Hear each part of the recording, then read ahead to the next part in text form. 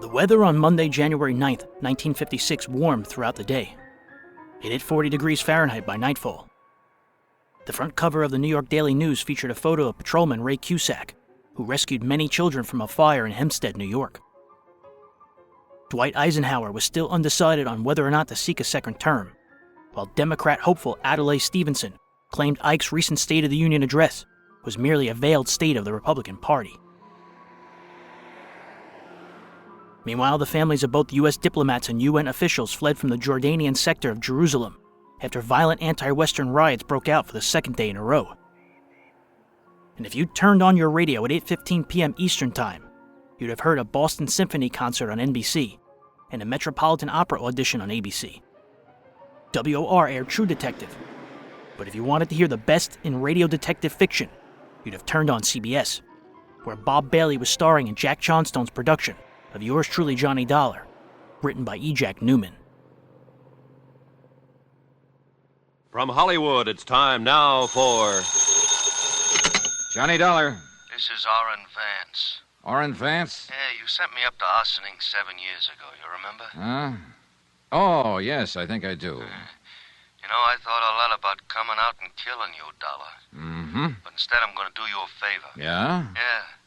I think maybe you and I can work out something. You know, this sounds like double talk to me. Don't you give me any routine, Dollar. I heard 'em all. I'm calling you with information about the Todd case. Todd?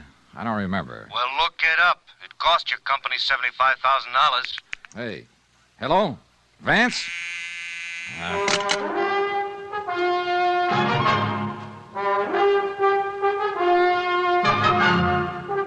Tonight and every weekday night, Bob Bailey in the transcribed adventures of the man with the action-packed expense account, America's fabulous freelance insurance investigator. Yours truly, Johnny Dollar.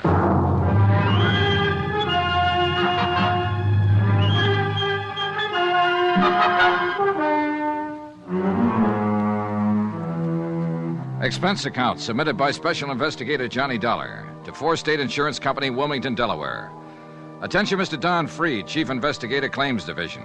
Since your office authorized me to conduct certain inquiries based on new information supplied by Orrin Vance, I am billing you accordingly. The following is an accounting of expenditures during my investigation of the Todd matter. Expense account item 1, $1.85. One phone call to Don Freed in Wilmington, Delaware to discuss the burglary that had occurred 6 months before in the Long Island home of Norman Todd. The case was a complete stalemate. The police and the insurance investigators had been unable to locate the thieves or trace any of the loot, which included jewelry, silver, and wearing apparel that had been taken from the residence.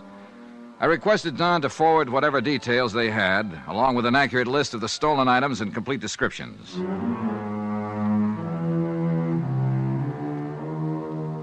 Expense account item 2, $2, cab fare. To and from the Office of International Adjustment Bureau, where I refreshed my memory concerning Orrin Vance.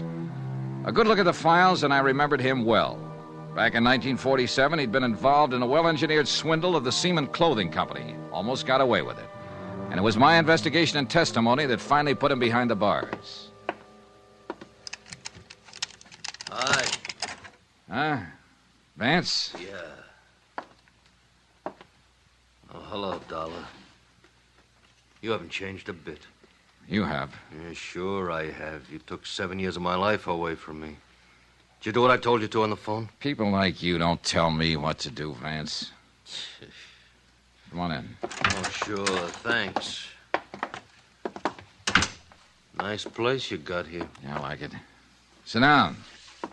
Tell me what's on your mind. Look, Dollar, don't treat me like a con, huh? Even if I am one. I'll sit down, yeah. I'll have a smoke with you. I'll talk with you. Okay. Okay, have one. Thanks. It's just that everybody's doing it. Treating me like that. Even my wife. Went over to see her the first day I got out. You know what? She wouldn't let me in the house. She gave me $40 and told me to go out and get a decent job. Work hard, she said, and in 6 months, if everything is okay and you're not in any trouble, you can come home to me and the kids. And if not, she says, I'm going to divorce you. Mm-hmm. What do you want me to say? Offer me a seat. Invite me to sit down. I'm a human being, too. Sure. Thanks again. Well? Boy, I thought about it a lot. You know, if you hadn't been out to get me 8 years ago, I might have had you over to dinner. Maybe we could have been friends. Yeah, maybe. Now, what's this all about, Vance? Okay. I can't get a job. I'll have to go in business for myself. I need a stake. That's why I called you. Go on. Now, did you do like I asked you to? Look up the Todd case? I called Wilmington about it. There's nothing new happening. I'm happening. That's something new. And I can help. For a price. All right, go on. But I want my name out of the picture. Could you fix that? Probably. But I'd have to talk to the police sooner or later. All I'm asking is your promise to keep my name out of it. Otherwise, it's no go. Well, tell me something about it before I make any promises, Vance. Fair enough. You got a list of the stolen items? Not yet. Won't be here until tomorrow. Now, when it gets here, you'll find it was a mink coat in that lot. I think most of it was jewelry, but it was a mink coat, labeled from Zellerback Furs in New York. And the inside lining carried this serial number, 27356. All right. Take it easy, Vance. Expense account item 3, $2.50. Another long-distance phone call to Wilmington and Don Freed, who verified that the serial numbers furnished by Orrin Vance fitted those in the stolen mink coat. I explained how I'd come about the information at hand, leaving out any mention of names. Freed talked with his boss and phoned me back a half an hour later. You can go ahead and work on it, Dollar. There's a $5,000 reward posted. $5,000? We'll split it between you and your friend, if anything worthwhile turns up. Okay? Suppose it's nothing. Okay. Swindle sheet 2. Right. Okay, Vance, you're in business. How does it work? You tell me where the coat is and who has it, and I'll handle it from there. If it turns out to be anything, you'll get paid for it. All I've had so far is talk.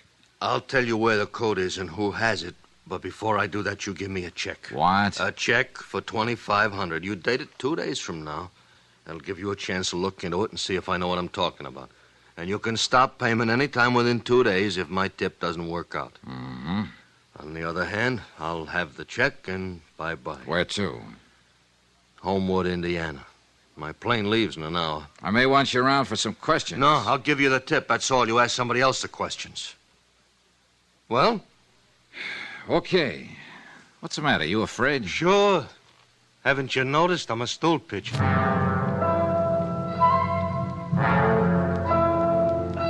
I noticed, and it worried me. But I arranged for him to have the post-dated check in return, for which he gave me a name and an address. Gloria Tierney, 1231 East 57th Street, New York City. Expense account item 4, $3, cab fare to the airport. The prison where Vance served time is Sing Sing, originally opening in Ossining, New York in 1825. Among the executions in their electric chair were Julius and Ethel Rosenberg on June 19, 1953, for Soviet espionage. A good mink coat cost about $2,500 in 1956. And both Orrin Vance and Don Freed were voiced by Lawrence Dobkin. By 1956, Dobkin was a radio legend with experience in both New York and Hollywood. New York radio back then probably was a little bit more flexible because they were trying to borrow people from the theater, from the stage, when they could. But I'm only guessing as to why it was different. I had no difficulty getting into commercial radio in New York because it was never an option. I was dragged across, still in uniform, from Air Force radio to civilian radio, still doing both, doing military and civilian shows in the same day, in the same week, still in uniform, waiting for points to pile up, the war long over.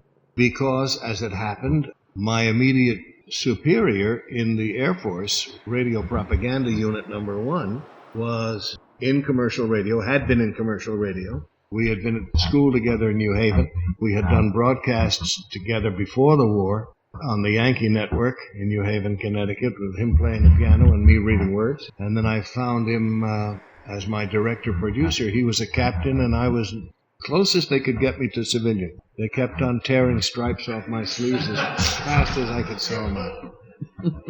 And we went right across from Air Force Radio to the Carrington Playhouse. Elaine Carrington was the queen of soap opera writers in daytime soaps and had gotten a nighttime hour-long melodrama that would have been the radio equivalent of Dallas. And we had it on the air, I think it was CBS.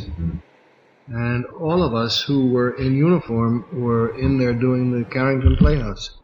So I never had any difficulty cracking New York radio. Hollywood radio on the West Coast was very closely knit. I remember working regularly on East Coast radio, and I told a group of people I was coming to the West Coast for a lot of reasons.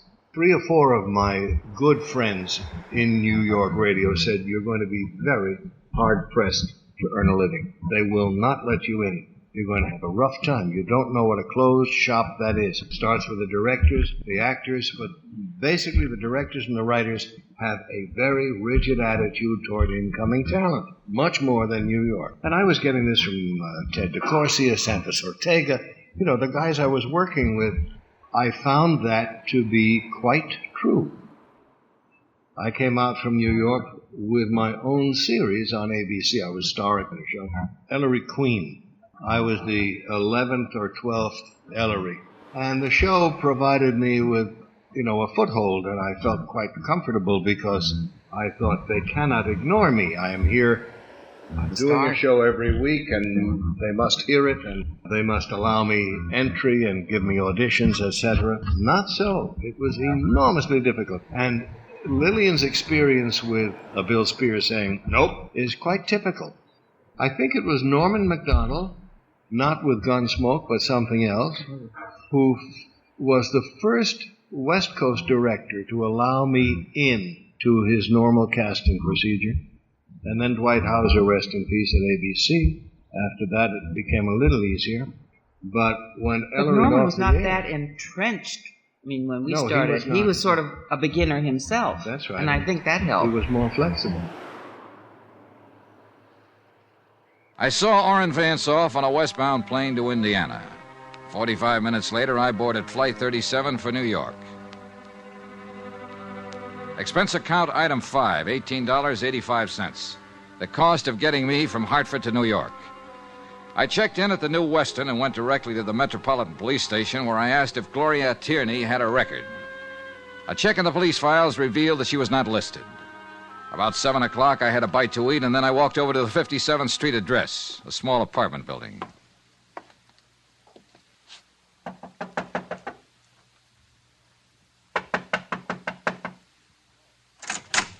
Yes? Hello. I'm looking for Gloria Tierney. Oh, you have the wrong apartments right across the hall. I was over there. No one answered. Well, she must be out. I'm the manager here. Would you like to leave your name? I'm Johnny Dollar, but I wonder if you could tell me where to find her. No, I can't, but I'll be glad to give her your name and ask her to call you. Well, that sounds fair enough. I'm at the New Weston Hotel. Oh? You're from out of town? Yes. An old friend of Gloria's? No, I'm just on business. Well, I'll tell her you came by. Good, fine. By the way, how long has Miss Tierney lived here? About a year. Why? Oh, just wondered, thank you. Johnny Dollar, New Weston Hotel? That's right. Wait a minute. Here, take my card. Insurance? Sort of. The apartment house manager, it said Ethel Stromberg on the mailbox, smiled politely and closed the door. I went outside the building and took a plant across the street. I waited around for about 3 hours and saw no one go in or out of the building. I went back to my hotel. About midnight, the phone rang. Johnny Dollar. Hello, Mr. Dollar, please. Hi, Mr. Dollar. You left word for me. I'm Gloria Tierney. Oh, yes, Miss Tierney. I intend to leave town, possibly in the morning, so I thought I'd better call you tonight. I hope it isn't too late. Not at all, Miss Tierney. What's it all about, Mr. Dollar? I'm an insurance investigator. I'd rather tell you about it in person. As I said, I expect to leave town tomorrow. Is it important? I think so, yes. Could I see you tonight? Well, I don't know. I could be there in 15 minutes. I don't understand. I'll come right over. Well, All right. The Westin Hotel chain was launched in 1930 by Severett W. Thurston and Frank Dupar as Western Hotels. They were the first hotel chain to introduce credit cards in 1946. Today the chain, called Westin since 1981, is owned and operated by Marriott. There are Westin hotels in both the Times Square and Grand Central areas. In January of 1956, 57th Street was home to various art exhibitions, like Kay Sage's surrealist paintings at the Catherine Viviano Gallery, a contemporary Greek art exhibition at the Sagittarius Gallery, a European group show at the Matisse Gallery, and art and artifacts of various Central African tribes at 57th and Lexington.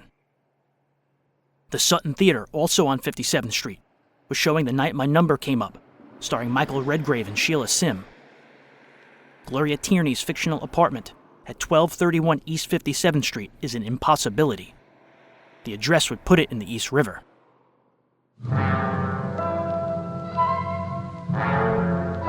I was there in less than 15 minutes, but things weren't all right. As a matter of fact, things looked all wrong. Gloria Tierney's apartment was darkened. She didn't answer when I knocked on the door. I tried it. The door was locked. Yoo-hoo. Now, look here. I don't think you have any right to bother Oh, it's you. Hello, Mrs. Stromberg. Well, where's Gloria? I don't know. You don't know? She was waiting to meet you. Ah. Well, out here in the hallway. She came in tonight, and I gave her your message. And then she went in and called you, and then came back out and said you were coming by. Yeah, well, she's gone. Well, that's funny. Hey, tell me, did you hear anyone out here? No. Well, maybe she went down to the drugstore. Drugstore's closed. Well, yes. She'll probably show up. Yes, probably. You look worried, Mrs. Stromberg. I am. Gloria didn't seem like herself when she came in. Oh, what do you mean? Well, she was nervous and upset. I think she'd been crying. I don't know. Uh-huh. Oh, I hope she's all right. Yeah, so do I. You're sure she isn't outside waiting for you? No, I didn't see any. Well, I'll look again. Do you see her? Not a soul. Had she been drinking? No, of course not. What was she wearing, Mrs. Stromberg? Oh, she had her coat on. Her mink coat? Yes. Well, how'd you know about her mink coat? A friend of mine. I'll take a look around out here. All right. Oh, wait a minute. I'll come with you. You know, of course, she might have got... Wait a second. Look, is that Gloria? Why, yes, I think so. Something's wrong with her. Yes. The girl crossing the street in the mink coat weaved slightly from side to side. As I got close to her, I could see she was a pretty girl in her late 20s, blonde hair, dark eyes. She hardly looked up as I came up to her, just stopped and stood there, weaving slightly. Miss Tierney? Yes. Well, can I help you? I'm Johnny Dollar. Please. Well, come on, we better go inside. Yes. What is it? He struck me. He what? He struck me. And Oh, Mr. Dollar. Here, come on. Careful now. Sure. Oh. Easy. Easy now. Thank you. Thank you very much. You okay? Yes. Look out! That car! What? That car! No! All 3 slugs had hit her, and she fell back into my arms. By the time I could reach for it and get my gun out, the black Cadillac and whoever was driving it were out of sight around the corner. And there'd been no light on the rear license plate. Oh. Easy now, easy. Mr. Dollar, those were shots. What? Mr. Dollar. Call the police, quick. But yes, right away. You know, let's see if we can... Mr. Dollar. Mr. Dollar. Don't try to talk, Gloria. Don't try to move. We'll have help here in a minute. Oh.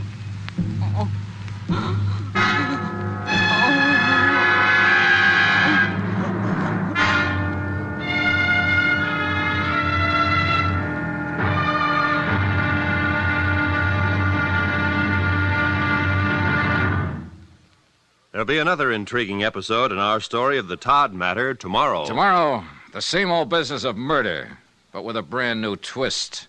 Join us, won't you? Yours truly, Johnny Dollar.